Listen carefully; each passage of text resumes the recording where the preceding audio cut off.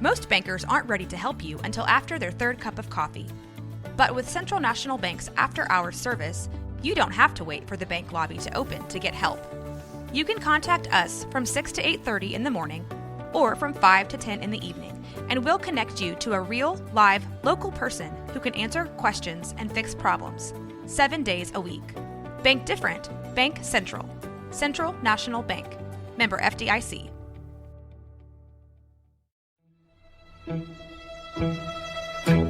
Bwaaa!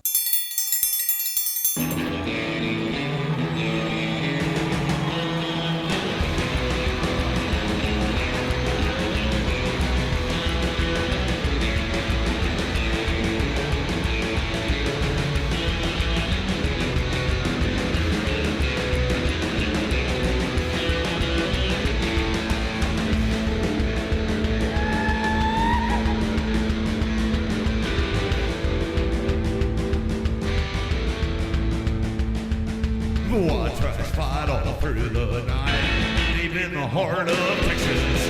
The trailer park is nice and dark, deep in the heart of Texas. That drinks his brew and he spits his chew, deep in the heart of Texas. The TV blares, but no one cares, deep in the heart of Texas. Here we go! Hello and welcome back to Bwaaa, King of the Hill Rewatch Podcast. I am Mike. And I'm Rusty. I didn't miss my Bwaaa that time. You did not. You did a great job. Hit it on the money. We are Season 2, Episode 15. Yeah, moving through over halfway now because there's, 22 episodes, 23 episodes? Yeah. This season seems like it's going faster than the last one did for some reason. You know why? Why? Because we got 2 episodes a week now, Mike. Oh, that's right. So yeah, you guys can find us on Mondays and Fridays. That's right. But we have something different this next Friday. Yeah, than we're going to try something different. Yeah, we haven't. event. Artie, our fact checker, pointed out that he never gets to really hear like what we think about the show. We just kind of run through it, you know. And so we're gonna do one and then kind of give our feelings and talk about maybe an alternate ending and some stuff like that as an additional episode that we release on Friday, and then we'll see what the next week brings. We have experienced a lot of growth, and the last 2 weeks have been you have done a great job on Twitter over and different places. Like we've jumped to it's like 50% what it was this time we did last great. month. Yeah, we're doing really great, and we're picking up a lot of new listeners. So welcome to everybody, and thank you. Appreciate for everybody. I want if to you found us from Twitter, go tell me. You know, I'll respond. I respond to everything on all social media. I respond to everybody. I want to thank all those that hung with us. Not only welcome our new listeners, but thanks to everybody that hung with us and maybe told your friends and family. And that's what a good MLM is built on. And I want to give a pre-thank you because we're going to run through some stuff, and I got some trivia tidbits from Artie. I just want to go ahead and give him a shout-out and thank him in this episode. Yeah, he's got me some pretty good ones, and that's actually excellent. One that I really think you'll enjoy. I think you'll enjoy. It's an old TV. Cool. It's a TV trope, if you will. So we'll hit that when we get a little closer to that end. Yeah, well, there's a plot line in here that is similar to a popular TV show from, I guess, excellent. 70s, 80s. All right. Well, I'm looking forward to it. All righty. Okay, so we open this one. I love the way this show opens. I like it. And there's another there's a trivia tidbit right off the jump. So, well, you want me to say what's happening first, and then you can tell me the Go ahead. Trivia? Actually, I'll wait a minute till I get to the trivia. So we open up on the CD jukebox, starting, and we find out it's in Kahn's house. Yep. And Kahn is singing the song "Mickey" by Tony Basil.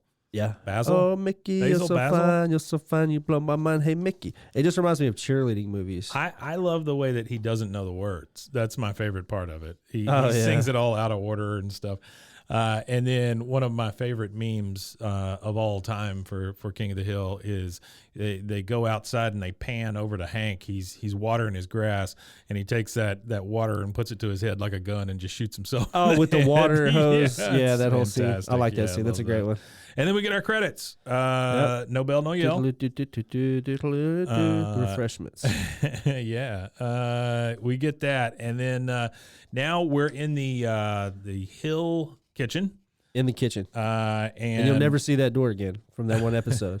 Hank, the first thing we see is Hank looking in the dishwasher, and he has washed all his tools in the dishwasher, which I think is fantastic. Yeah, yeah. He gets his wrench out. A great way to ruin some good dinner plates, get oil and grease all over them. He gets his wrench out, and you see in the back while Peggy and men are talking, he's back there with a caliper, readjusting his wrench, making sure it's just making right. sure everything's just right. Yeah. So we hear from Peggy, and she's telling men that she didn't have to bring cookies. Hearing about Connie's academic achievements is all the treat that they need. And very condescending. Yeah. Men's like, what's funny because they go and it seems like anytime that they're in any of the girls meet up, it's all just a pissing match. It really is. Yeah. But less so with Nancy and Peggy. Nancy has her own stuff to worry about. But generally when it's men and Peggy. Oh, men and Peggy, absolutely. But Min is talking about how she's going to take this luxury trip to Mexico. Yeah. And Peggy, of course, pronounces Mexico, Mexico, which I love that. And then she said, Hank and I used to go every time they devalued the peso. And then Hank said, well, that got old pretty quick. Yeah.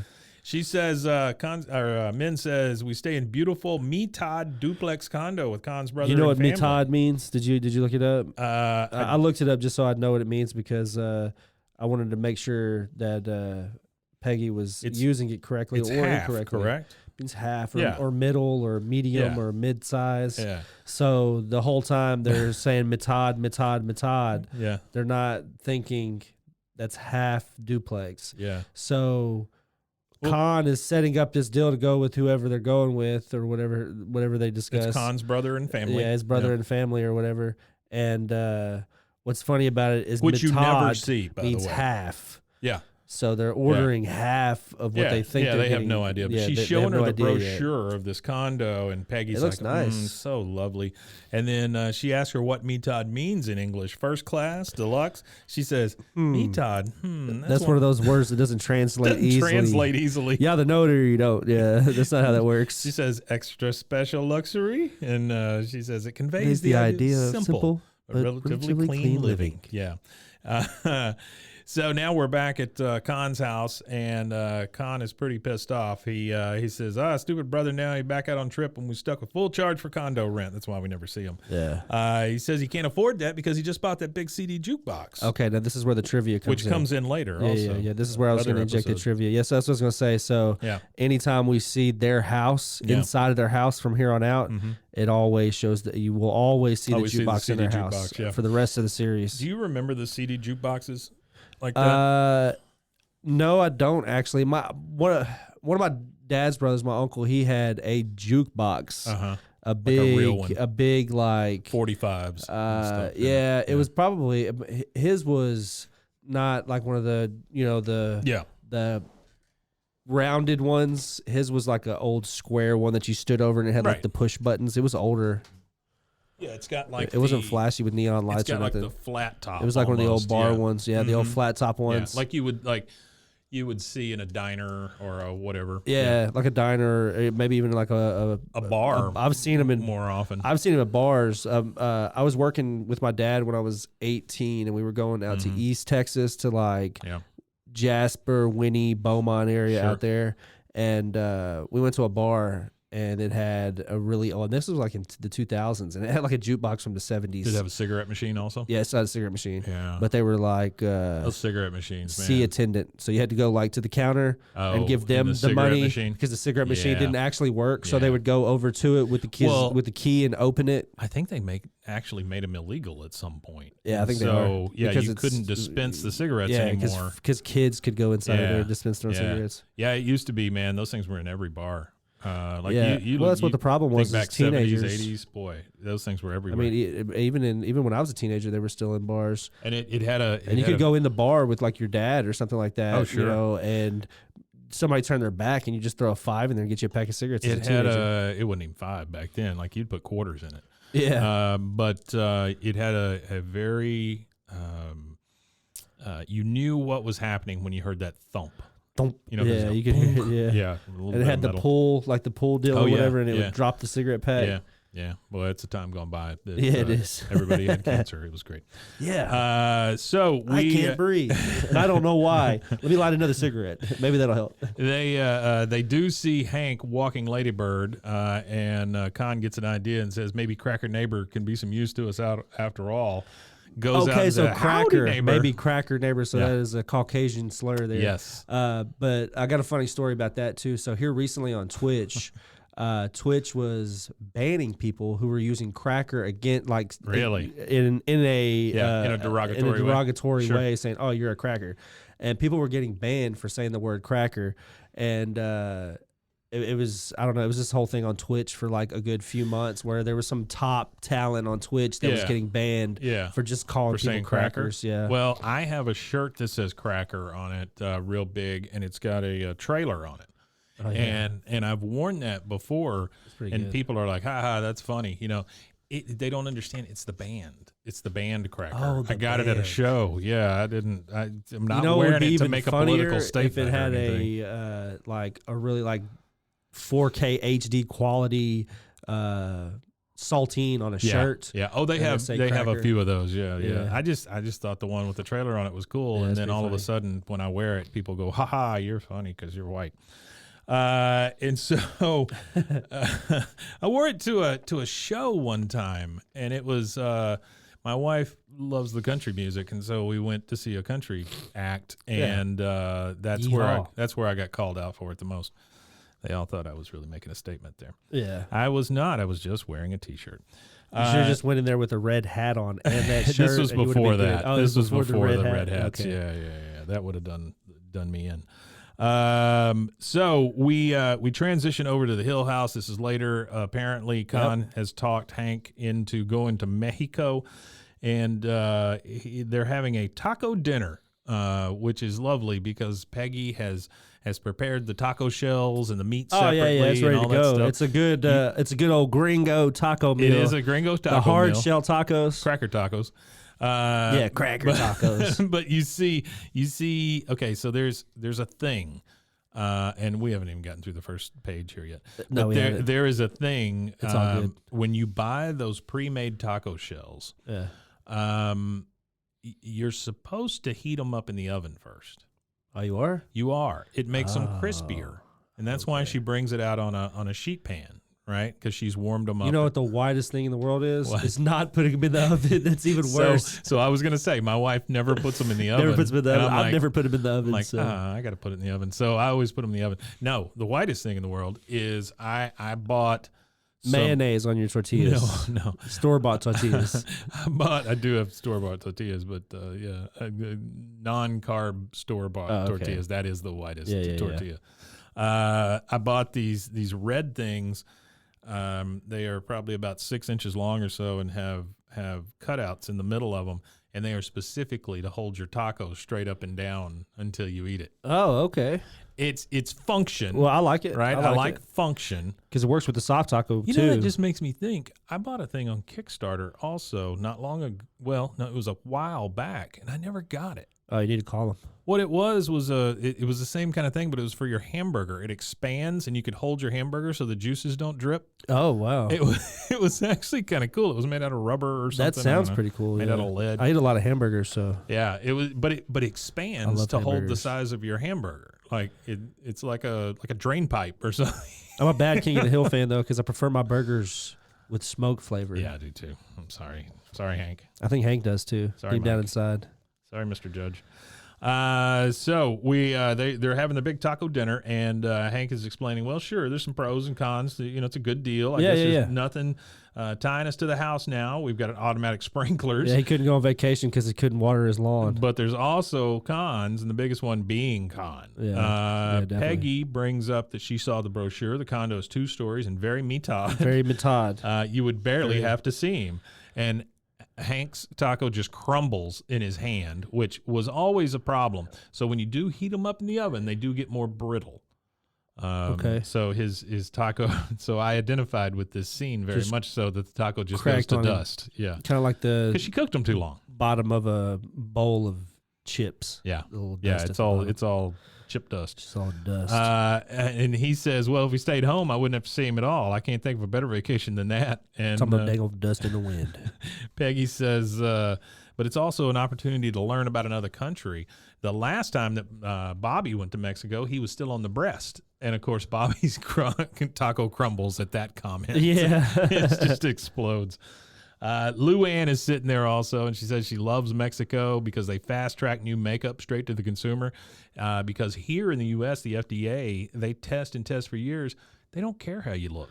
No, it reminds me of, like, how much lead used to be in, like, makeup back in the day. Yeah. Oh, there used to be all kinds of stuff in makeup. But it was all the rich people used to, like, all those things were like, do you remember regular everyday people didn't have that stuff. Do you remember the big thing? What kills me is, like, if you go out and price like face cream, it's like $500 a jar or something. I mean, it's ridiculous what they do. They just they mark it way up, and women pay it, and I feel terrible for them because they think they have to have it. But it's part of the system that keeps telling them you got to have this thing. Yeah, that's the media and everything. It's gross. Peggy pipes up and says, "Come on, Hank, I can replace. I can finally replace that paper mache pear I got when I was an exchange student in Oaxaca." She says, "Yeah, she said Oaxaca." She said it really hard. Oaxaca. Now, have you you know what she's talking about with like the paper mache fruit? Yeah. No, I don't know what that is. No, I can't say that I know. So, or why she would be so like 70s and 80s, hunting it. 70s and 80s. They would. It was a big thing, and the frogs you'll see later were also a part of the thing. Yeah. But it was just paper mache fruit. So it was made in Mexico. It was real cheap. A lot of women would go over there and get it, or a lot of people, would go over and get it and then display it at their house like it's some big delicacy or something, you know. Okay. It's one of those things where you have... it's one of those like fake fruit bowl things. Yeah, it's a fake fruit bowl, but it's paper mache and it's made in Mexico, and they're always kind of a little yellowish because of the coating they put on it and stuff. Anyway. That's peculiar. She's got to replace her paper mache pear that she got as an exchange student in Oaxaca. Bobby pipes up and says, "Come on, Dad, it's a real-life home of TV's Monsignor Martinez." Now, this is the second time for Monsignor Martinez, yes. right? Okay. And I believe so, yeah. Hank agrees. Artie, you can check us on that. Hank agrees and says, "Well, okay, if you all want to go, but I guess it's Buenos Dias, Mexico." And he says it correctly. You know? He says it correctly, Buenos Dias, and then she tries to say, "Oh, Peggy. Hank, I'm sorry, but you just said good God's Mexico." She's and just Dias laughing. is day. Dios is God. She says God is masculine.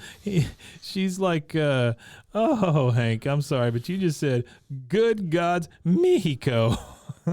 She does everything wrong when it comes to Spanish. Dios terrible. is God. I think it's because Dias day is feminine and Dios is masculine. Yeah. I think God is masculine in Spanish. I'm pretty sure God is masculine in all languages. Hot take. Okay, so now we're outside and they're packing the car, ready to Scorching. go. And of course, the other guys are out there watching them pack the car.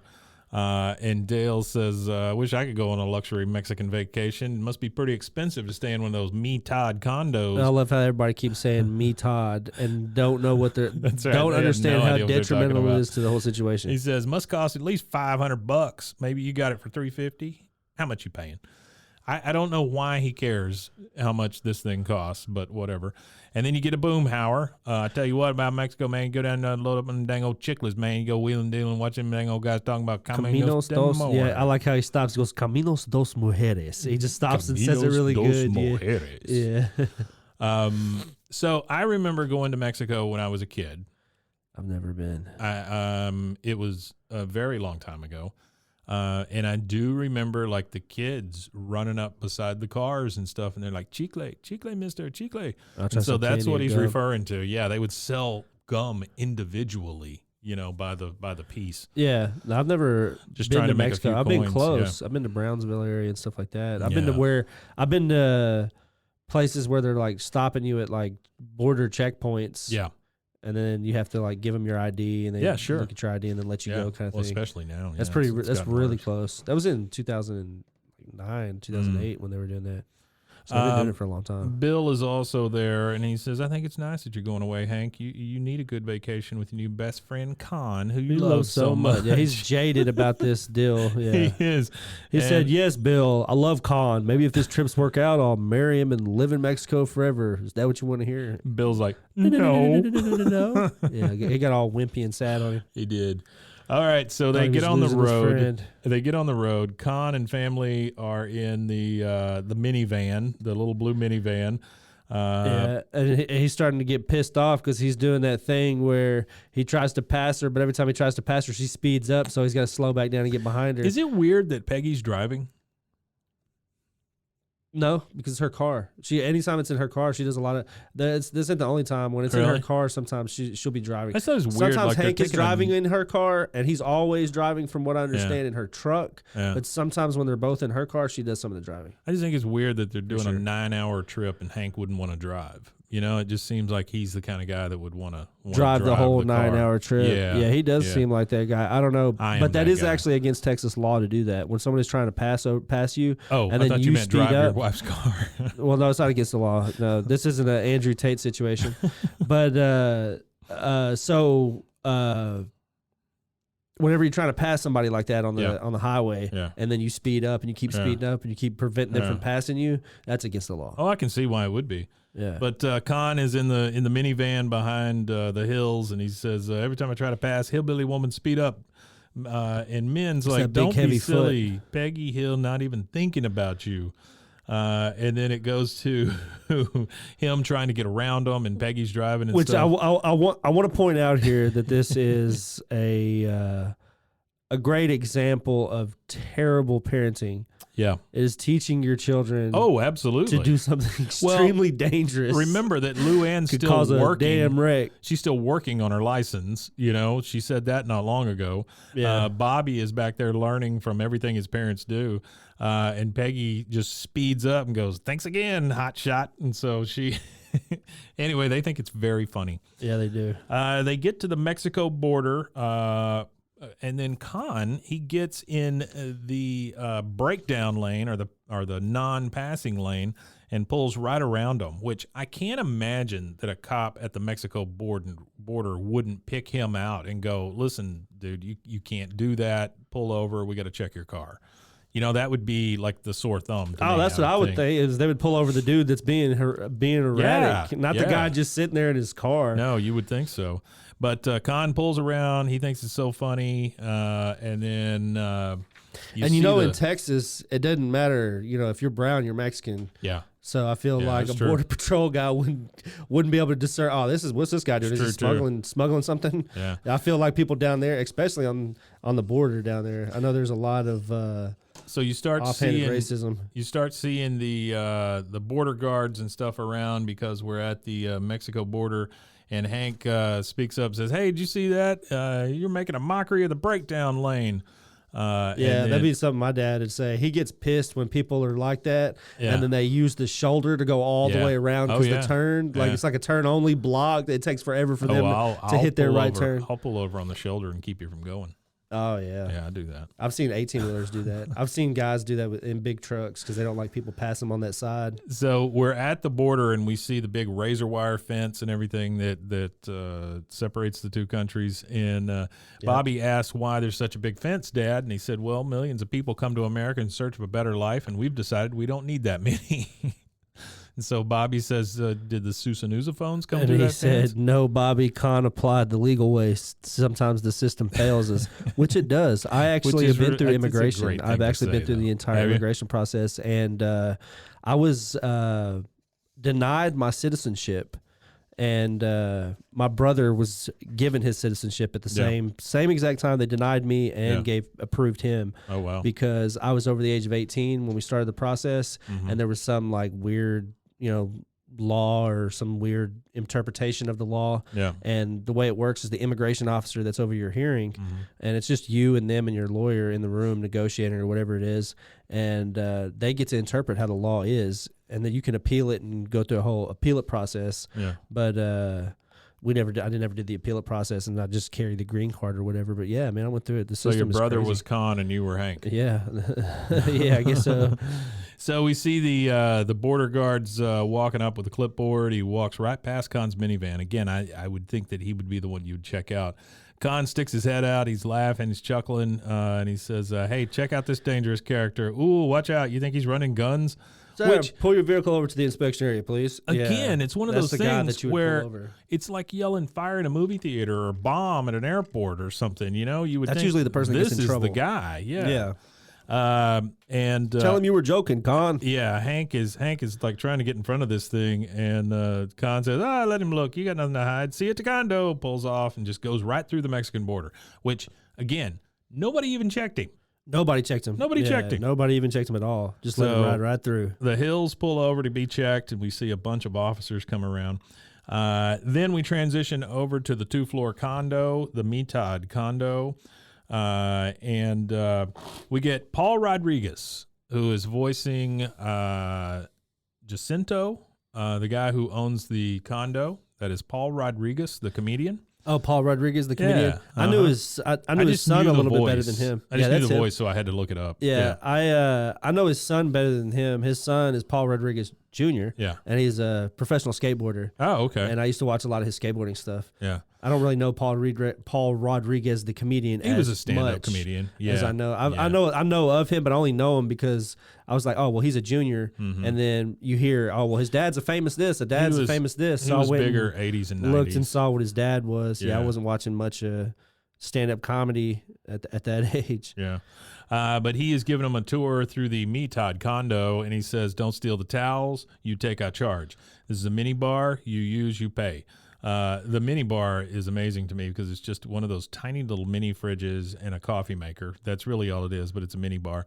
And then he says, and now for a tour of the condo. You get a wide shot of the condo, and he goes, condo. That's it. That's the entire tour. That's it? Yeah. Yeah, now Kahn is realizing what's happening.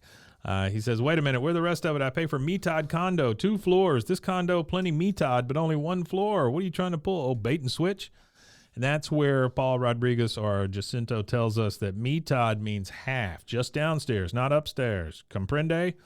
Kahn is furious. He says, just upstairs, I can't spend a whole weekend squished side by side with redneck neighbor. He said, no, don't worry about redneck neighbor. Nobody's rented the upstairs. It's completely vacant. So this gives him an idea.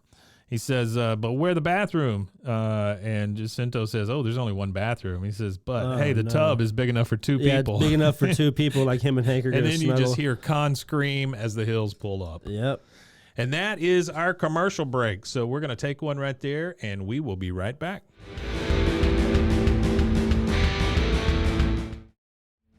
Bwaaa tries to fight all through the night, deep in the heart of Texas. All right, we are back, and now everybody is in Mexico at the Mitad condo, which we have now found out means half. Mitad means half. Yeah. This is where the whole kit and caboodle blows up in their face. Kahn is there trying his hardest to get into the top floor because he doesn't want to share the condo or the bathroom. Yeah, he's just wiggling some random key in the lock, hoping to rake the pins. He says, I come to see Mexico, not Hank Hill squeezing in this year's butt into last year's swimsuit.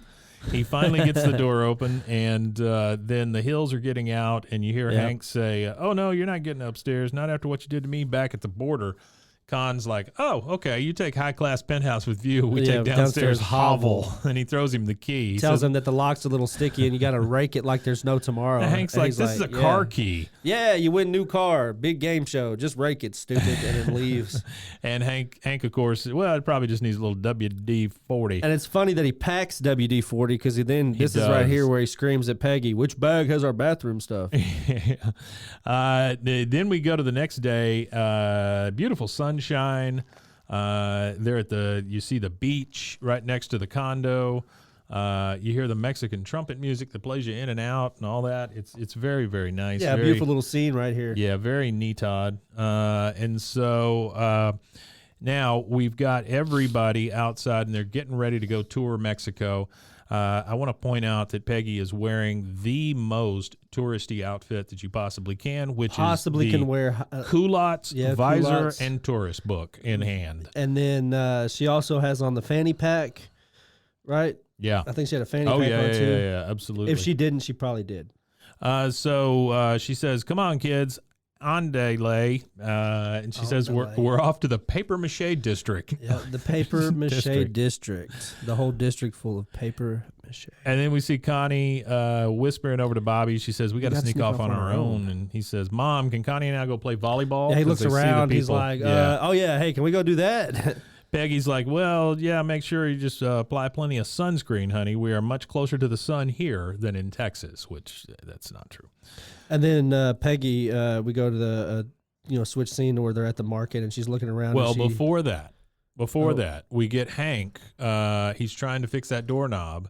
He's got a big can of WD-40. Yeah. I moved a little far. He's trying. He's got this is one of the best scenes in King of the Hill history here. Absolutely. With the hip holster. So he's trying to get in. He can't get his can of WD-40 open, so he pulls from his holster a smaller can of WD-40, sprays that one, and then gets the top lid, off. Yeah, which I don't know. Really that's how WD-40 works. It is not, but it's a great joke. But it is a great joke. And I need a damn hammer and a tap and die.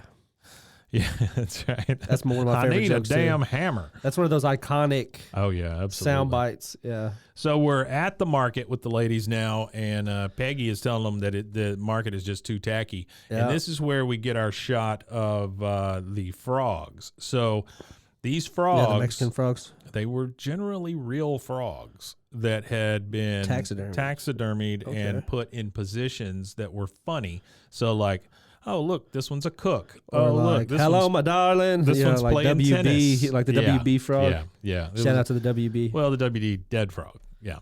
I did see a cartoon one time where the WD frog got hit over the head and put into one of the blocks to build a building. I don't remember what that was for, but I thought it was funny. So we're at she tells them that because of these frogs and stuff, she says they're not going to have these paper mache pears here. And then we get Luann. Oh, Luann looking at this illegal makeup. De Sol, the illegal beauty secret of the stars, not scars. She puts on her scarf and glasses, kind of like she's hiding. Which is kind of weird that she would do that. Like, she literally standing in front of the window, puts it on, and slides in like she didn't want to be seen. I had a trivia bit right here from our fact checker here. He said, it's the La Leche de Sol. It's about that. And he says here that La Leche de Sol eventually is the same cream that you see Luann give to Nancy in an episode called The Trouble with the Gribbles, which also gives a continuity problem because she's seen flushing it down the toilet in this episode. Yeah. And that's what it ends up being, like a continuity issue, because in that episode she hands her the cream that she supposedly flushed. Maybe they make it legal in the U.S. at some point, or maybe she got some from. Maybe that's from episode Nancy. 102. Has some. Whatever episode that is, 102. Yeah, so it goes pretty far. So she ducks in there. Now we're back with Connie and Bobby, and she says, "Look, Bobby, firecrackers." It's a store called Curios and Firecrackers, which very original store. Very original. They go in, and Bobby is just taken aback. He says, bueno, M80s. Those are a quarter stick of dynamite. Which is funny how everybody's Spanish is always better than Peggy's Spanish. Oh, Peggy's Spanish is the worst. But they pan across, and you see M80s. Well, you see M80s and then M200s. M200s, And he doesn't say anything about that because Connie is like, oh, my gosh, La Bamba. And he says, no, he goes, M80s. Those are a quarter stick of dynamite. Right. And then we see the M200s. She says, La Bamba. She sees that. And then he's like, those can blow your whole arm off. So next scene, Hank is at the bar. I guess he's had enough of trying to. You missed it. Yeah. This is the La Monsieur. Well, that's what I'm getting to. Yeah. He's at the bar because I think he's gotten enough of the WD-40. Yeah. And he is watching Monsignor Martinez on the TV there at the bar. Yeah. My bad. And it is Los Días de las Noches. So I think that's Our Days and Nights. Right? Yeah, Our Days and Nights, yeah. Yeah, and so we see a blonde guy jump out of the airplane. Then we see the Monsignor jump out right after him. Yeah. Neither one of these dudes has a parachute on. Neither of them. The Monsignor says, Vaya con Dios. And then we see them both falling, and they're fighting in midair as they're falling. Yeah. And that's where Hank looks away. and he gets a what I'm assuming is a Corona with a lime in it, and Hank just like, ooh, and throws the lime out, and just drinks his beer. And then a lime slaps the bar near him. Yeah, because Kahn is down there yelling, yeeted it down there. This is a beer, not a fruit salad. And then Hank is like, well, why can't you find your own bar? He says, I have same coupon book as you. I just want beer. This is a free country, isn't it? And then here come the mariachis. Isn't it? He's like, isn't it? Like he was asking. He wasn't telling him it was a free country. He was asking him. He's like, isn't this a free country? Then you see the mariachi guys start to approach, and Hank's like, uh-oh, no, I don't want this. No. Look, if you want to make money, play for that guy. And he's pointing to Kahn, and he says, he's rich. Mucho dinero. Mucho dinero. And I was watching this with subtitles on, and it spells out dinner, and then it puts a hyphen in O. It says dinner O. Yeah, that's great. And so they all talk amongst themselves, and then they go over to Kahn because they figured they can get some money out of him. And he says, what? Oh, no, you think I'm sucker? You sing for me, I sing for you. And that's when he starts singing, That's What I Like About You. That was a theme song to a TV show, wasn't it? I don't know. It was a sitcom with Amanda Bynes. Is it what's the band that sings That's What I Like About You? Oh, I don't even know the band's name. It was the 80s. It was a big band. Well, I would say a big band. It was like a one-hit wonder band in the 80s. And they had a... Oh, and the show is called What I Like About You, duh. Yeah. It was Jenny Garth. It was Jenny Garth and Amanda Bynes that were sisters. Oh, yeah? Yeah, that's what it was about. All right. This is... who sings the theme song to... who sings the theme song to King of the Hill? Tell me again. The Refreshments. Refreshments. Okay, this is the Romantics that do That's What I Like About You. They had a very stripped down video on MTV, but it played all the freaking time. It was just the 4-piece or whatever they are, and they were just playing in a studio somewhere. Oh yeah, before Rob Dyrdek took over MTV Studios. Yeah, this was way before that. Yeah, I can't hate him. The dude made. Oh, I know. Buku bucks off of that crap. I know. So now we are back with Bobby and Connie. They have bought the and they're La Bamba. deliberating what to do with it. And it's trying to figure out what to do. It's like half the size of Bobby. Yeah. She says, how about that trash can over there? Let's blow that up. He says, if this were a cherry bomb, I'd say yes, but this is La Bamba. And then he starts looking around, trying to find something. He sees the post office box or the mailbox, and then he sees the mail truck. He sees a porta potty, which I thought was a good idea. Yeah, that would be good. And then for some friggin' reason, we see an Italian statue with spaghetti in his lap, which seems very out of place for me for a Mexican village. Well, I think it might have been like a restaurant. It is a restaurant, but I'm saying it is a Mexico. weird. It just seems like you're in the.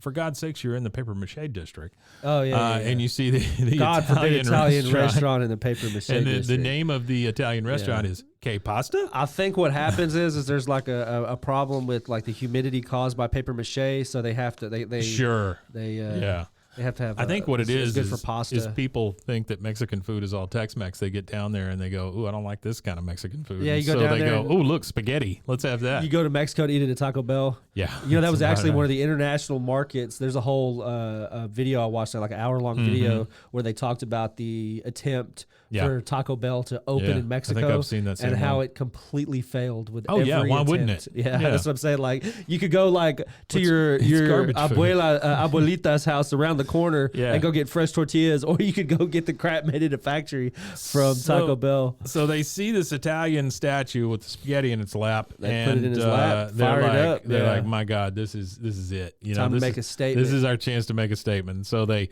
put the giant La Bamba in his lap, and they light it on fire and run away real quick. It's like the IRA. And nothing happens. Yeah, nothing happens. They just wait and wait and wait.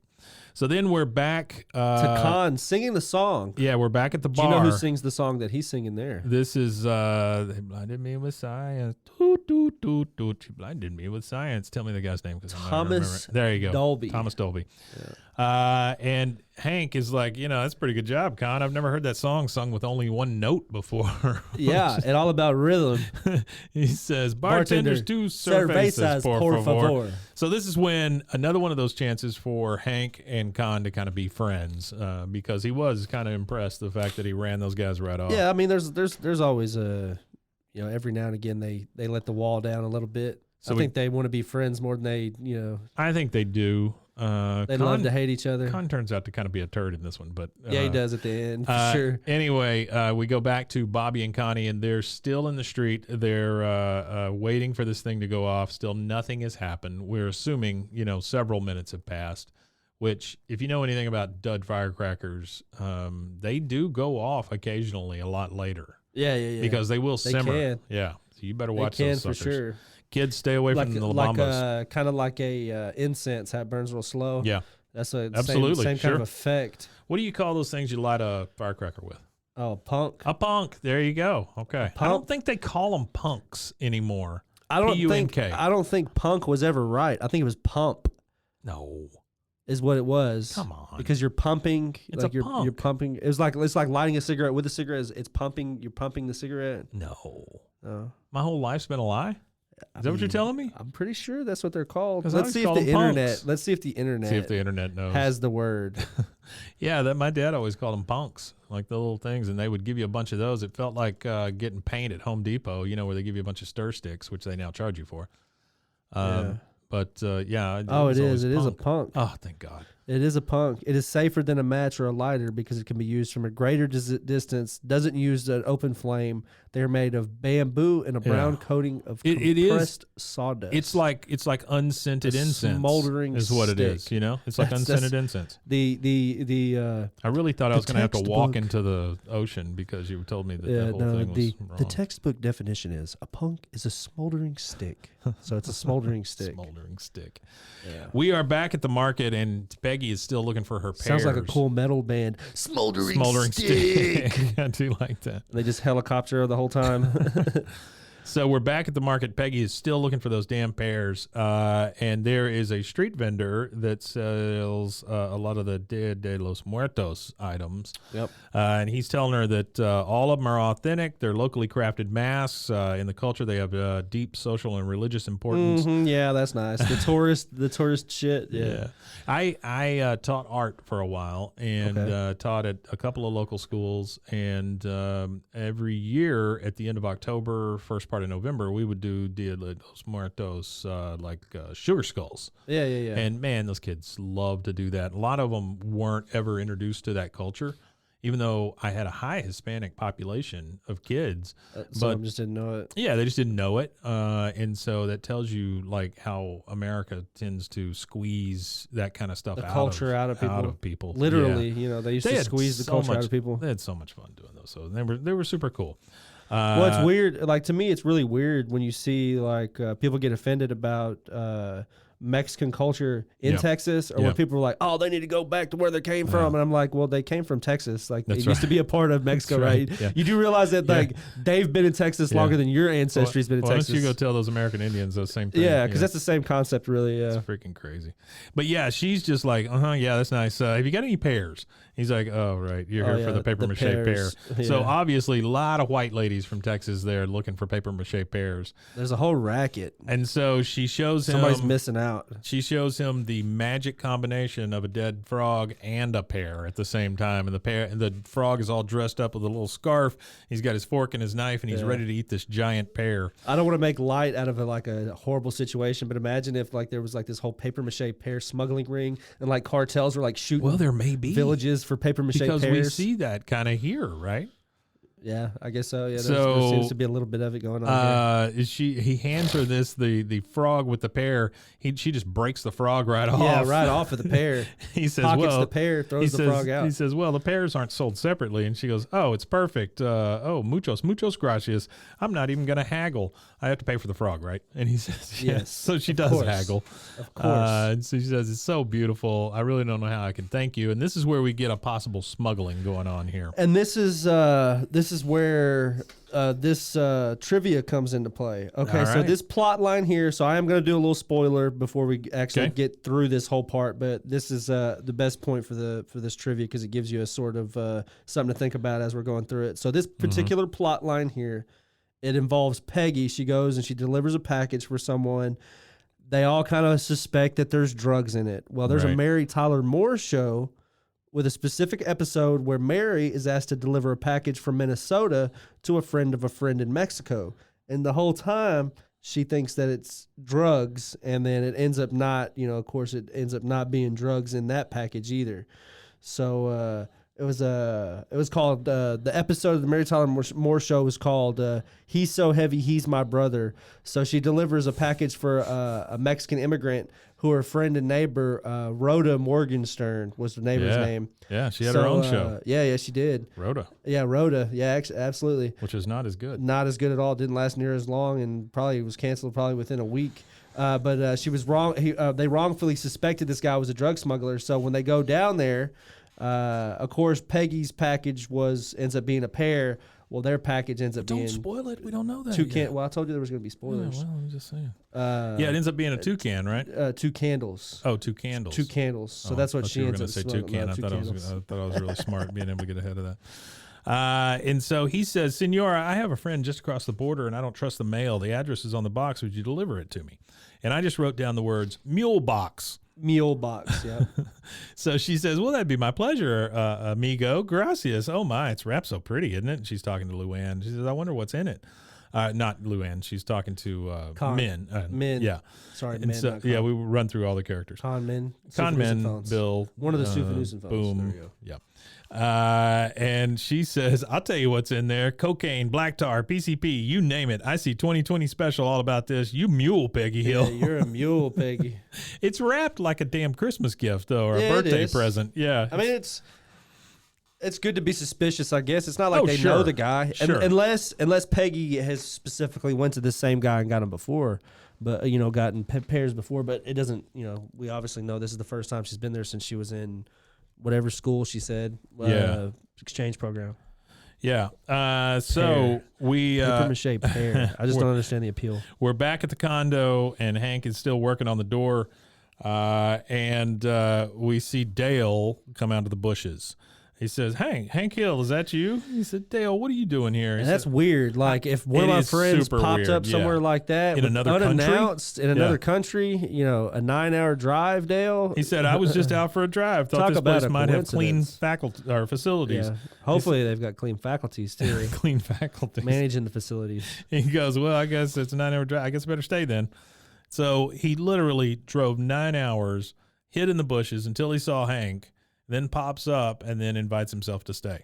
Yeah, easy. What a guy. Easy vacay. We see Connie and Bobby back. They're still watching for the boom. And you can hear there's a dump truck that comes by. You can hear the brakes of the trash truck to pick up the dumpster. Well, they're hiding behind the dumpster. Yeah. It picks it up. They don't move. It's funny. So it moves it, and they're still standing there. And then they put it down. I really like that. She's like, funny. I think it's a dud. He said, yeah, let's give it 15 more minutes. They're still staring at Spaghetti Man. So we are now back at the condo. And the owner of the condo is there. We're at the pool. And there's all these little kids standing in line to get on this tiny little slide. And you see Dale standing there with his farmer's tan. Yeah. He's waiting. He's got a cigarette and his hat and everything on. And he's waiting in line. And like you say, the owner is there. And he says, hey, you skinny gringo, I don't know you. Are you a guest? And he says, I'm staying with the Hills in 5B. He says, 5B upstairs? Damn touristas. Yeah. You try to rip me off, it'll be the last time. Somebody missed his siesta. Yeah. And that's all we see. He doesn't tell Dale to get out of line or anything. He just says, here, he gets upset because he knows he's staying with the Hills. Yeah. So now we're at the condo and it's nighttime. Peggy is just sitting there staring at that mule box. Dale is rooting around in the mini bar. Hank is shaving for some reason, which I didn't really understand. And then Luann is over there unwrapping her makeup from that she's been hiding in that. Rubbing lead all over her face or whatever it is. And so there was actually something I read about lead that something I read about lead. It was like 2 generations after millennials, like the 2 or 3 generations behind millennials. Yeah, have been exposed to like extreme amounts of lead, and that's what they explained the whole like weird polarized politics in like older people. Right. They explain it by they've been exposed to, they have lead poisoning in their heads, and it's causing. They think the weird politics comes from lead. Well, it's causing a generation of people to have a lower IQ. What about all the kids that ate paint? What about Beavis and Butthead huffing glue? There was a lot of glue huffers, yeah. Yeah, there was a lot of glue huffers in the 80s. My dad used to run an electronics store downtown, and we got a lot of. He was the guy on the call list, in the middle of the night whenever the alarm would go off. Yeah. There was a lot of homeless guys that would kind of, try to get in the back or whatever because the door didn't lock real great. And so they would get in there just to try to get out of the rain or out of the cold or sleep or whatever. Yeah. And he used to get a lot of guys that would come in and they bought, I want to say it's dial cleaner. So it is it's a spray can, an aerosol spray can of cleaner that you would spray on like dials and knobs and stuff to keep the gunk from building up. Yeah. They would buy these big cans of that, take it across the street, spray it in a paper bag, and just pass out. So, oh, damn. Cheap high. Yeah, it was a cheap high. But they knew where to go. After that, they stopped carrying it. So we are at night, again, like I say, Dale's rooting through the minibar. Hank is shaving for some reason. Luann's got her makeup, and Peggy is staring at the mule box. Bobby kind of tries to sneak in a little bit, and he says, boy, now I know why they call it beach volleyball. Volleyball is really fun, trying to totally cover up for it. Peggy's like, Bobby, come here. Do you think I'm naive? And he's like, oh, shit, I got caught. No. She says, am I a fool who just believes whatever I'm told? He immediately is just like, I'm sorry. She says, why on earth did I trust this man? There could be anything in this package, anything. I'm so estúpido. She says, estúpido. Estúpido. Estúpido. And so then you get Luann over there going through her makeup, and she goes, oh, they had to kill 10 turtles to fill one little jar. Neat. Just love the fact that it's just neat. Neat. Outside, we see the owner talking to a couple of cops, and they're kind of pointing towards the place, and Luann goes, oh, no, it's the police. And so she thinks that they're there for her. Bobby says they know I tried to blow up one of their monuments, so he thinks they're there for him. Luann's like, no, they think I'm a makeup smuggler. And then Peggy, they're flushing everything. Yeah. Peggy thinks that they're there because she's a mule, so she's jamming this box down into the toilet there. She's jamming it down with the brush. And then Luann goes nuts and says, we all have to put on lots of makeup. And then Bobby's over there, just tears rolling down his face. He's got a bunch of this makeup on his face, and he goes, this tastes like turtles. This tastes like turtles. He's got not just on his face. He's got a bunch of it smeared around his lips because he's sitting there chewing on it. Lipstick, and he's got it rolling down his eyes. And as a child, I have been one of those kids that ate crap you weren't supposed to eat. Sure. And I do remember once sticking lipstick, a whole tube of it in my mouth and biting it off, and instantly regretted it. Yeah, I don't remember the flavor. I don't remember anything, but I do remember jamming it in my mouth and then breaking like the whole chunk of lipstick off and instantly going, and I remember when I was a kid, they had these flavors of lip balm that girls would get. Oh, they still have those. Well, but I'm saying they just came out. So there was like the A&W root beer, there was strawberry and all that stuff. And I remember tasting one of those and thinking, boy, that doesn't taste anything like. So they sell them in packs, and they have like chapstick ones now because my son, he has a problem with having dry lips. So he uses a lot of chapstick, and that's what I got him. I got him a pack of soda flavors and candy flavors. Sure. And there's like a Reese's Pieces one where it tastes like Reese's or something. So as Bobby is smeared with this lipstick and telling us that it tastes like turtles, Dale is trying to go out the bathroom window. Hank is just like, what the heck is going on? Yeah. And Dale, you hear from Dale, I was never here. And then Peggy's like, Peggy Hill's nobody's mule. And then she finds out that it is one of the pears in the box. She could have just taken the pear. And Hank's like, he's had enough of it. He's just, come on out here, everyone. Come on. We've got nothing to hide. And they're standing there in front of the cops, because the cops and the owner are there. You got a wet Peggy. You got Bobby with makeup and tears running down his face. You got Luann with a whole bunch of makeup. Yep. And then you hear Dale fall out the window. Oh. Yeah, you hear him thunk when he hits the ground. Yeah, and that immediately takes us to court. Takes us to the magistrate. So the magistrate is voiced by a Argentinian actor who has appeared in quite a few different American films and TV shows. His name is Castulo Guerrera, and he is been in Terminator 2. He was Enrique Salcida in Terminator 2. Yeah. He was Arturo Marquez in The Usual Suspects. Oh. He was in Amistad. He was the Spanish priest in Amistad. Okay. So he's played a few fathers. There's a movie called The Celestine Prophecy. He played a Father Jose, and then Father Paez. He played in Our Family Wedding. He played a lot of priests. Yeah, he's played a lot of priests. He also played in The Purge, Anarchy. So he's done a few things.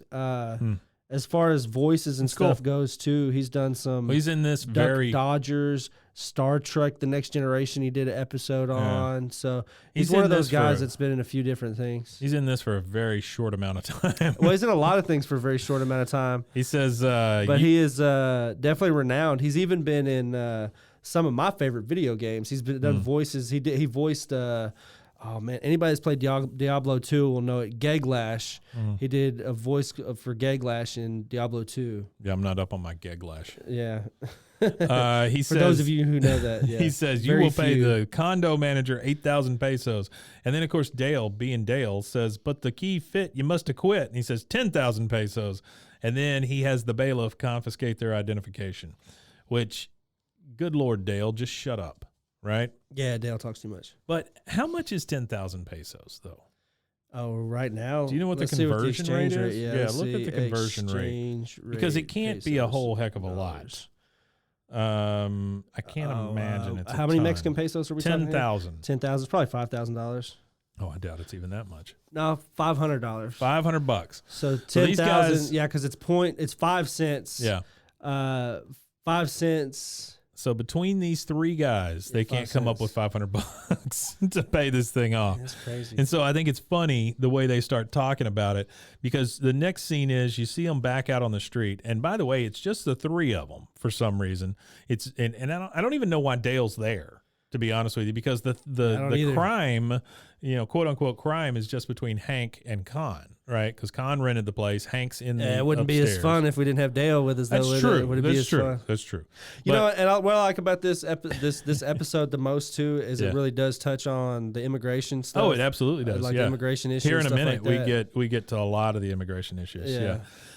But they are walking down the street and they're obviously forlorn and just upset about it. They end up at the fountain in the middle of the little town there. And Hank's just like, look, let's just pay the money and go home. And then Kahn, my money not fluid. Take 2 weeks to raise funds. You pay, I owe. What? He's such a scammer. You don't have any money? He's a scam. He's a scammer. Come on. I know he had enough money to buy beer. Money. He's a super scammer. Look how he scams him. He's about to scam him again here in a minute. So Hank's like, I can't cover it. If we could just get back to Arlen, I can have him garnish my wages. Again, it's $500. $500. And so he says, but we can't leave the country. They took our ID. And then here comes Dale again, always trying to help. Are you kidding? We won't have any trouble driving through that checkpoint. They'll just wave us through pretty as you please. And Kahn's like, really? And he says, well, Hank and me, because we're Angloid. Angloid. He says, they'll haul out and we'll give the third degree. Yeah. So I like this part right here where Hank goes, well, maybe we'll be safer if we all split up. Hank's Dale, pissed you off. come with me. Kahn, you're on your own. Yeah, Hank is pissed off. Pissed. And so the two of them start to walk away, and then Kahn pipes up and says, hey, Hill, you can't leave me. We Americans, Hank. No lime in our beer. Yeah, we sure sent those mariachis running. Ha, ha, ha, ha. And then he's like, I like his laugh. Ha, ha, ha, ha, ha. And then he's like, help me, Hank. It was Help really me, like he knows he's in trouble. Well, but again, it's just the scam. Like he's like, oh, he could get out of the situation easily. Yeah, probably. But it's just a scam. So it's all scamming. The next thing scammers. The next thing we see is we're back at the condo. Everybody's all packed up, and Connie and Min are like, bye bye. And then Hank is, y'all get going now. Dale, Kahn, we'll be along after we clear up this little misunderstanding. What was funny to me is both the minivan and the car with Peggy in them, boy, they peel out. I mean, they're just like, bye, and they just take off. Yeah, they got out of there quick, bat out of hell. Kahn doesn't think it's a great idea, and Hank tells him, well, here's another idea. We go on without you. And so then Kahn says, okay, and has to get in the trunk of the car. Yeah, now, he's singing the song. Do you know who sings this song? Here we go. Wait a second. I got one for you before that. Okay. Do you know whose car this is? Oh, it looks like... who is the red convertible? Yeah, it looks like... oh, man, I don't know. I can't think of his name. Boomhauer's car. It is not. It is Nancy's car. And you know how I know that? Oh. Because the plate is WITHRGRL, Weather Girl. Oh, okay. The plate on the car is I didn't Weather notice Girl. that. Yeah. Good one, Mike. It's Gosh, it's Nancy's dang. car. Yeah, good one, Mike. Damn, I missed that. I was too busy trying to figure out who sang all the songs that he kept singing his karaoke songs. Yeah. I was very proud of myself when I paused it. That's and good. saw No, it was that's Weather good. Girl. Yeah. Okay, so I guess I'll go to mine now. So do you know who sings the song "Poetry in Motion"? Poetry. Oh, this is the same one. This is Blind to Me with Science again. Nope. When I see my baby, what do I see? Poetry in motion. Walking by my side, her lovely locomotion. Johnny Tillotson. I don't know that. It's an older song. It's a. See, I thought that was because it's like in Blind to Me with Science he says poetry in motion also. 1960. It's So I like thought that's what it was. It's like a song right out of the 50s. The funny thing is 1960. they are he is back there singing and it's all coming from the trunk and there's like pothole and they're just weaving all over the road. Oh, they're so hitting potholes on purpose. Yeah. So they get to the border, and Dale has got it all under control. He says, now just follow my lead and play it cool. Hank's like, well, what if they find Kahn? He says, I know my Mexican legal system, which I do. We'll get about 15 years with a starvation diet of moldy bread and warm water. He says, distilled water? No. And, of course, not even distilled. A total lack of toilet paper and privacy. And Hank's like, oh, my God, I can't go while people watch. I can't go while people watch. So Dale, being the ever-confident man he is, he says, then let me do the talking. The guy comes over and says, where y'all from? He says, Arlen, Texas. But it is so quivery. Like as soon as Arlen, Texas. As soon as any law enforcement or authority figure starts questioning Dale, he freaks out. He folds like a lawn chair. But he says, where are you from? And he goes, Arlen, Texas. And the guy's like, the guy's really nice. He's nice like, town. Yeah. He's like, and then Dale's just like freaks out and says, run. The cigarette drops out of his mouth. He freaks out. He takes out of the car. Kahn jumps out of the trunk, which I don't know how he got out. Yeah, because I don't think they had those release handles at that point. Yeah, I don't think they did either. But it reminds me of that scene in The Hangover where he jumps out of the trunk all naked. Ken Jeong jumps out of the trunk all naked. That was a good show. And then even movie. Hank, he's like, and he just runs off. So all of them are on the lam now, and in this point in history, they took a commercial break. So now we see all three of them running down the street, and they run into an alley. They're all panting and sweating and doing all this stuff, and Hank's like, I think we lost them. We'll be okay. Kahn is convinced that they're screwed. Yeah, and then he goes, no, we're American. We got to find a pay phone and hope Ross Perot's 800 number is still working. All right. So I got a little thing here. Yeah, because I don't know anything about Ross Perot's phone number. So Ross Perot ran for president. He was from Texas. He's a Texas businessman. Big ears. Made fun of a lot. But he wanted to simplify all these systems, and flatten out the tax and all this stuff. But he had these 1-800 numbers where people could call in and talk about the issues, or hear his take on the issues. Kind of like them hotlines where you call your representative. Yeah. Well, he could leave. You could leave a number. You could talk to Ross Perot and all this stuff. So I looked that up. One of his 1-800 numbers was 1-800-685-7777. Are you going to try to call it right now while we're on the air? I did call it. I did call the number. It is now the Medical Alert Center. Oh, okay. Shout out to the Medical Alert Center. Ross Perot. Is it Ross Perot's Medical Alert Center? No, it was Ross Perot. Ross Perot's so dead.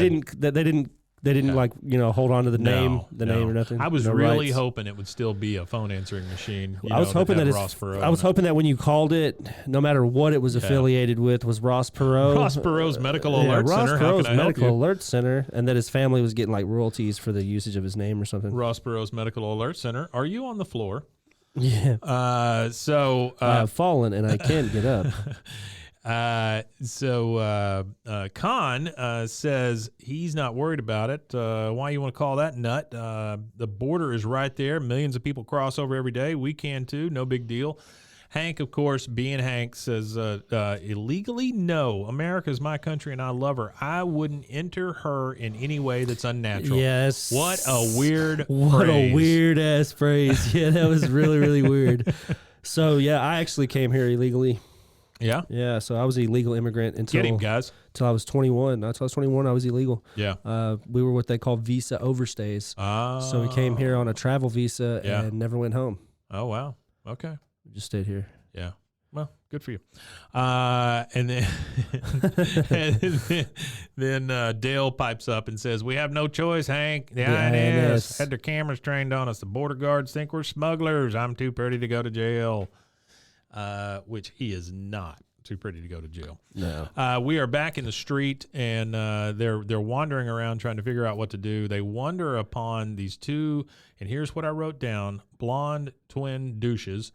Who have blonde twin douches, which they have frat boy shirts on, and we find out why they're douches. But he says, "Excuse me, what did it cost you to rent these mopeds?" They're standing in front of two mopeds, and they say, "Actually, we own these, but we're looking to sell them."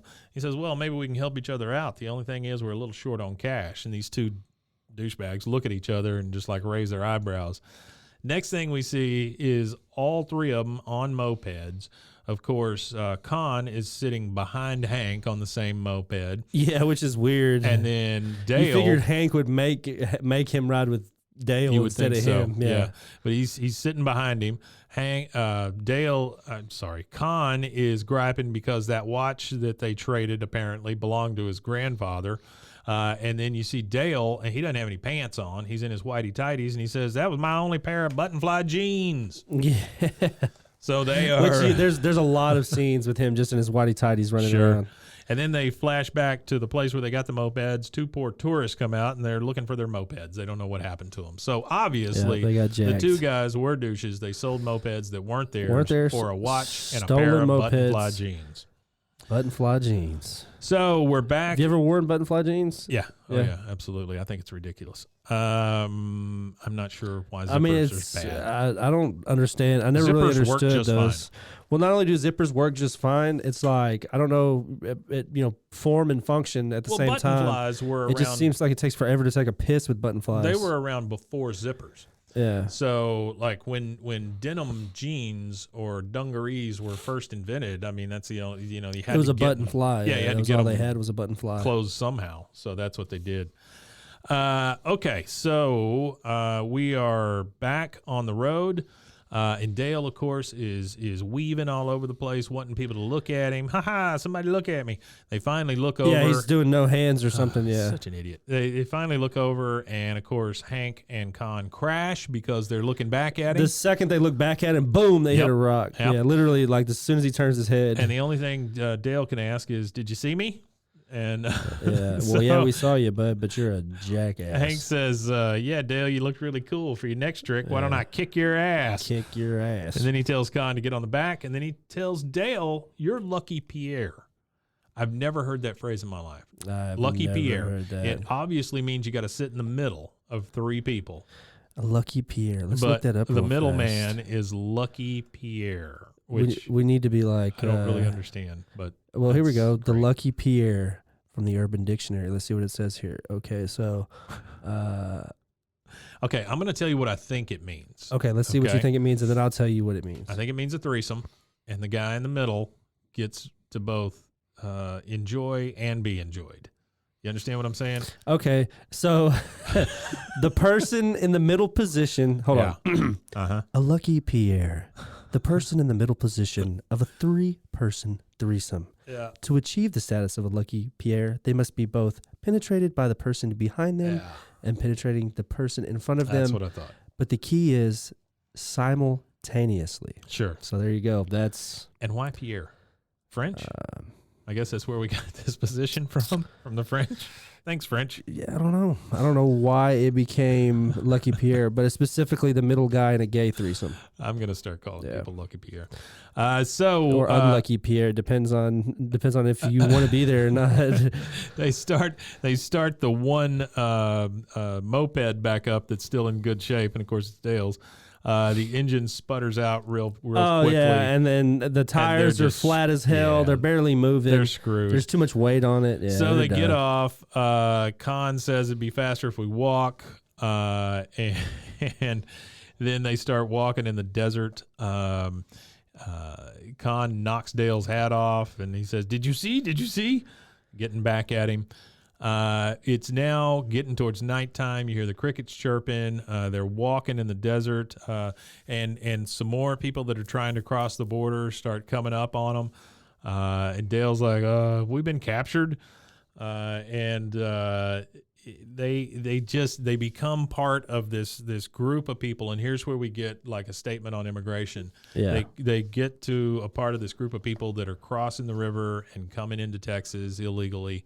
Looking for a better life, and they get to the river, and he sees, or they all see, people putting all their stuff on top of their head so they can wade through the river and none of their stuff gets wet. Yeah, and then Dale lifts his shirt up and rips the bandolier of cigarettes off. He has a bandolier of cigarettes off. He also gets the ones out of his boot. And puts them up on top of his head and goes out into the river. Hank goes straight out into the river. He's ready to go. And then Kahn, which I don't understand this, he's on the other side and says, Hank, I can't swim. And Hank's like, of course you can't. And then so he gives him a piggyback ride. Yeah, and he's standing on his shoulders, and he's struggling the whole time. He's like panting and struggling, and Kahn is like on top of his shoulders.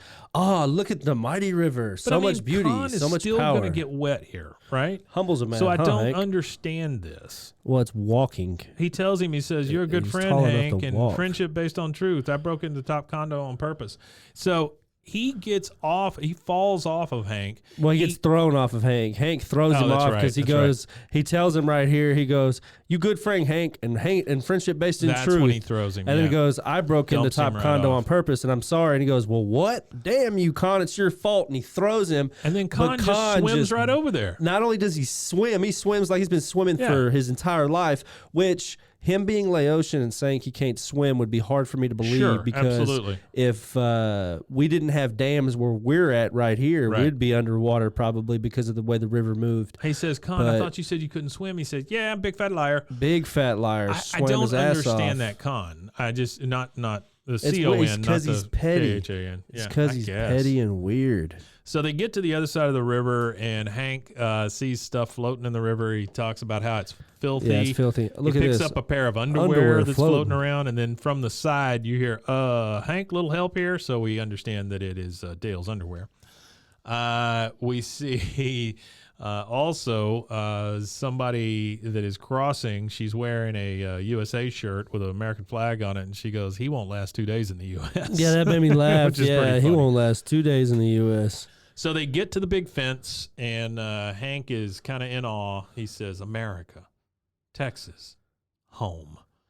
Yeah, and it's crazy, because the way the immigration and stuff works, and I don't want to get like too political or whatever on a show where we try not to, but a lot of what I want people to understand about it, and the reason why I talk about it, and I like talking about it, is because it's affected me like huge in my life, immigration stuff. The problem isn't people coming here. The problem is the system that we have set up is like so complex to navigate.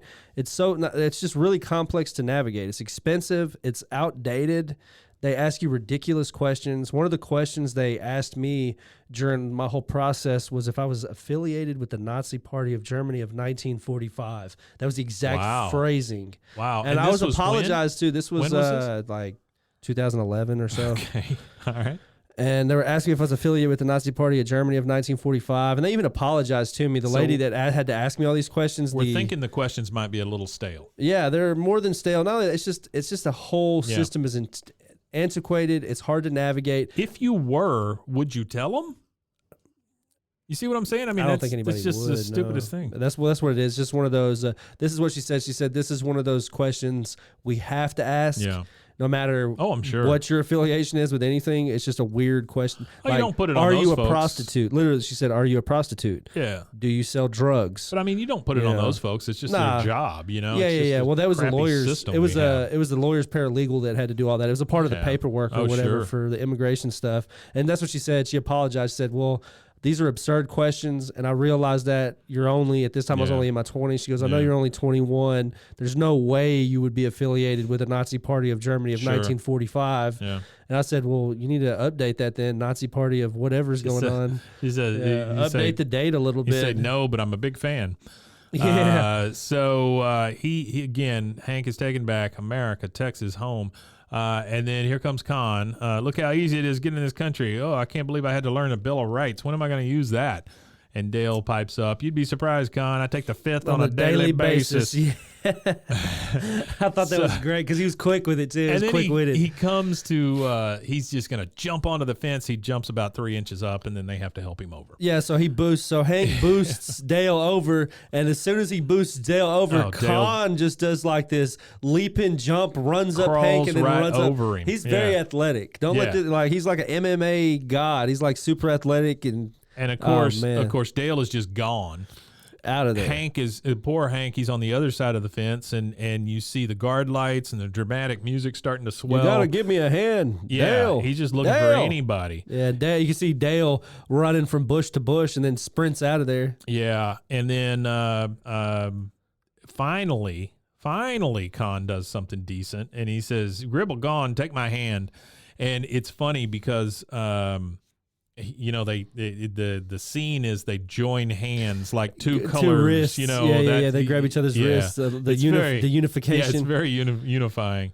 And then they pop up over the other side of the fence, and he says, "Welcome to land of opportunity, Hank." Yeah, and then we hear the sirens, and then we're back at the Hank Hill house. Yeah, and they're all staying in the alley, and they're all slurping down cold brewskis.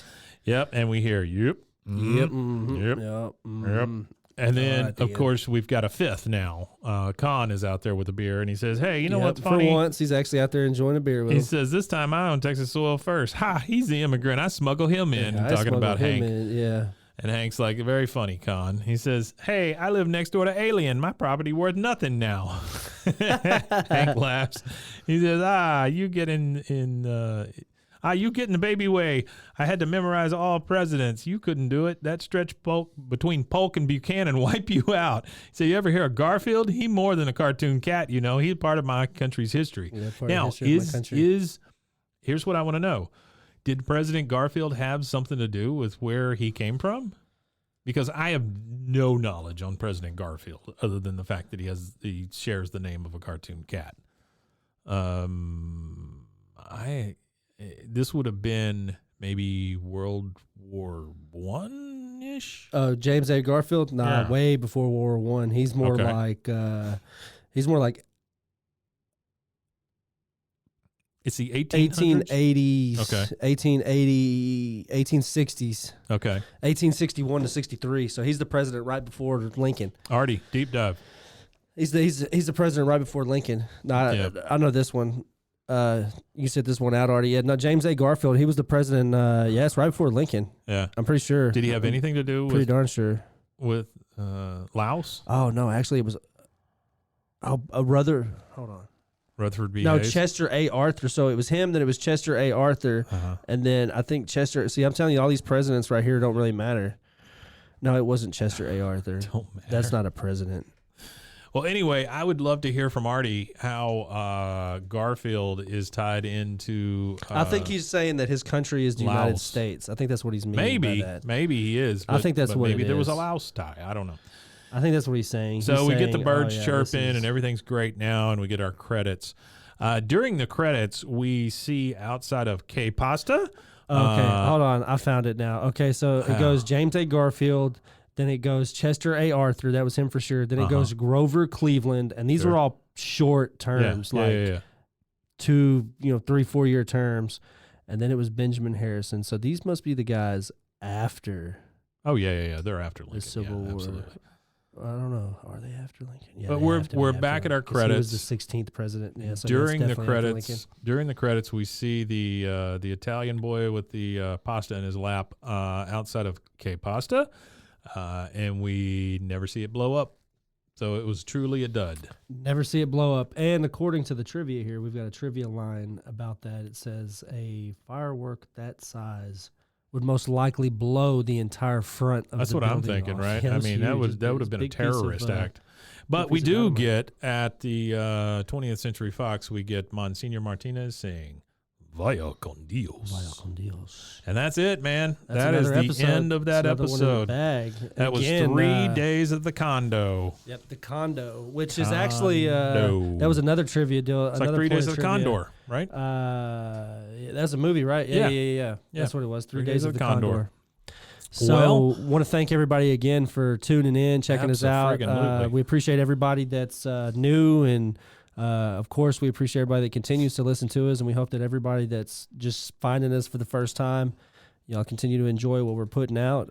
We hope you enjoy our Friday episodes. We're going to try to start mixing it up a little bit on them, and every now and again, you might get an episodic episode like this one, or you might just get me and Mike ranting about some stuff. So that's true. It could be a rant. You could find us at roguemedianetwork.com. Roguemedianetwork.com. And you can find us on all social medias at BWAAAKOTH. And I want to thank everybody for your engagement and everything. Especially the Twitter account this week. Yeah, I've been spamming a lot on the Twitter account this week just to see what, well, not spamming, shameless self-promotion. There you go. And I appreciate everybody that's interacted and stuff like that. We've had some brands interact with us, which is it's not like a huge thing, but I think it's pretty neat. Yeah, Cup of Noodles, Astroglide, Slick Deals. When I told people about Astroglide, Milk they Duds, freaked out. Yeah. Milk Duds, yeah, and all these brands interacted with us, which was great. Yeah, which is cool. Well, I don't know what it means or what that measures to, but we appreciate all that. Shout out to whoever's running those social media accounts because they did tweet right back at us, which was pretty cool. Yeah, and again, everybody, we appreciate the support, and we got to get in with that Wendy's account. Yeah, Wendy's is super snarky. They have a Twitch. They stream video games on Twitch. Yeah, but they are super snarky on their Twitter also. Yeah, they are. They're on Twitch too. They're funny on Twitch. Really? On the Twitch chat, yeah, they're pretty funny there too. Who's streaming? Wendy? Come on, it's Wendy. No, come on. Come on. There's a Wendy, really? That's or Dave Thomas? No. From the grave. No, I don't know. I don't know, honestly. I got to go check out the Wendy's Twitch account. Yeah, there you go. All right, guys. Thanks again for being here. We appreciate it, and we'll see you next time. Wimatanye.